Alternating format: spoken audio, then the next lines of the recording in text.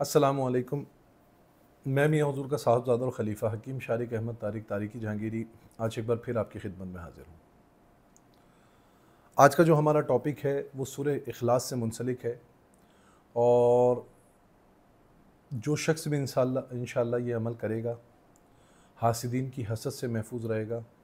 اس کے علاوہ مخالفین سے نجات پائے گا، اور باروب شخصیت اور باعزت شخصیت جو ہے وہ اس کو حاصل ہوگی۔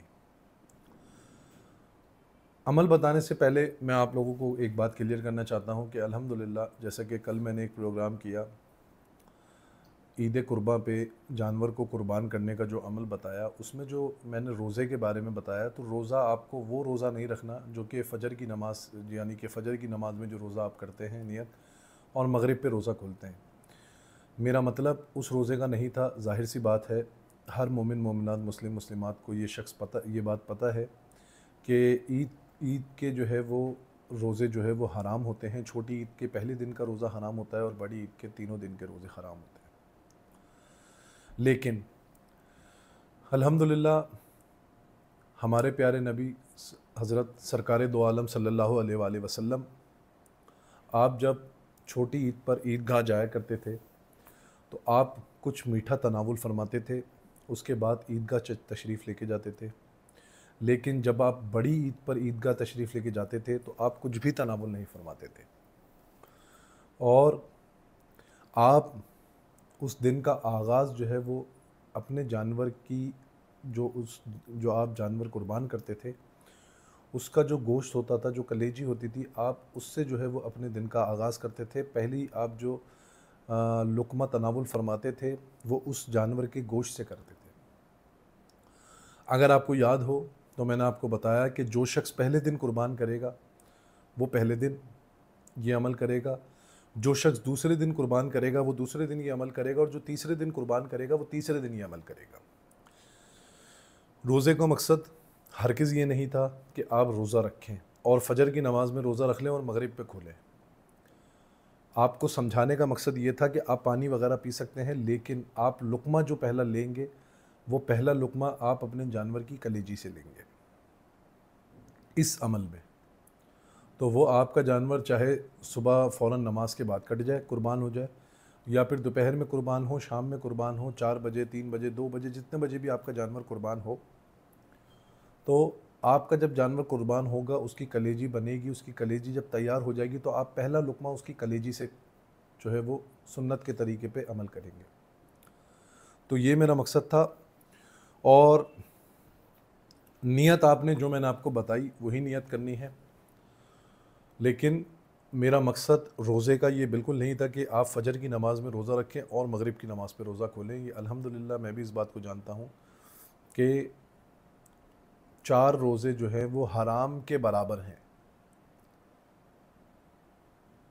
تو یہ 4 دن کے روزے نہیں ہوتے، اسی لیے میں نے پہلا، دوسرا، تیسرا عید کا آپ کو آپشن دیا تھا کہ جو پہلے دن قربان کریں گے وہ پہلے دن کر لیں یہ عمل، جو دوسرے دن قربان کریں گے وہ دوسرے دن کر لیں، جو تیسرے دن قربان کریں گے وہ تیسرے دن کر لیں یہ عمل۔ لقمہ نہ کھانا، پانی نہ پینا، اور انتظار کرنا اپنے جانور کے گوشت کا، یہ آپ کی محبت، آپ کی عقیدت، اور آپ کی جو نیت اور جو آپ کی ضرورت ہے، آپ کی جو خواہش ہے، آپ کی جو حاجت ہے، اس کی طرف جو ہے وہ اشارہ کرتی ہے کہ آپ کی حاجت کتنی بڑی ہے، کہ آپ اللہ رب العزت کے لیے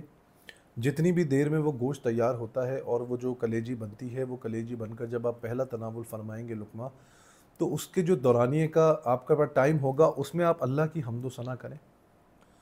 اور پانی کی اجازت ہے، پانی پی سکتے ہیں، لیکن اگر کوئی شخص پانی پینا نہیں چاہتا وہ نہیں پیے پانی۔ تو یہ میرا مقصد تھا۔ بہت سارے لوگوں نے جو ہے وہ یوٹیوب پر کچھ کمنٹ سیکشن میں کرٹیسائز کیا، لیکن ان کے جواب میں یہ بات کرتا جا رہا ہوں کہ وہ احباب جو پہلے دن اپنا جانور قربان کریں گے وہ اس عمل میں نیت کریں گے، اور پہلا لقمہ اس دن کے آغاز کا جو ہے وہ اپنے جانور کی کلیجی سے کریں گے۔ اسی کے ساتھ ساتھ اب ہم چلتے ہیں اپنے آج کے ٹاپک پر، کہ جو سورہ اخلاص کے ذریعے جو ہے وہ بہت ہی لاجواب عمل ہے، کہ وہ شخص جو کہ بہت زیادہ حاسدین کا شکار رہتا ہے، مخالفین کا شکار رہتا ہے، اس کو چاہیے کہ روزانہ کی بنیاد پر یہ عمل جمعے کی نماز کے بعد سے شروع ہوگا۔ روزانہ کی بنیاد پر 111 مرتبہ سورہ اخلاص پڑھنی ہے، لیکن سورہ اخلاص آپ نے یعنی کہ آپ نے سورہ اخلاص ذکر کے طور پہ نہیں پڑھنی، آپ نے سورہ اخلاص ایسے پڑھنی ہے کہ جیسے روب دار آواز میں آپ نے پڑھنی ہے، اللہ الصمد، اس طریقے سے، جیسے قل هو اللہ احد اللہ الصمد لم یلد ولم یولد ولم یکن لہ کفوا احد، اس طریقے سے آپ نے تھوڑا سا روب دار لہجے میں پڑھنی ہے، اور 111 مرتبہ پڑھ کر پانی پہ دم کر کے جو ہے وہ آپ پڑھیں گے، اس پانی کو پئیں گے۔ بعد نماز جمعہ آپ نے یہ عمل کرنا ہے، اور 7 جمعے آپ نے روزانہ یہ عمل کرنا ہے، تو انشاءاللہ 7 جمعے کے بعد ہر قسم کی مخالفت ختم ہو جائے گی، ہر قسم کے حاسدین دور ہو جائیں گے، اور انشاءاللہ تعالی اللہ آپ کو عزت بھی بخشے گا اس عمل کی برکت سے، اور اللہ رب العزت آپ کی شخصیت میں روب پیدا کر دے گا۔ تو جو شخص بھی یہ عمل کرنا چاہتا ہے میری طرف سے اس کو اجازت ہے۔ اللہ رب العزت آپ کی جملہ پریشانیوں کو دور فرمائے اور آپ کی تمام حاجتوں کو قبول فرمائے۔ جزاک اللہ خیرہ۔ السلام علیکم ورحمۃ اللہ۔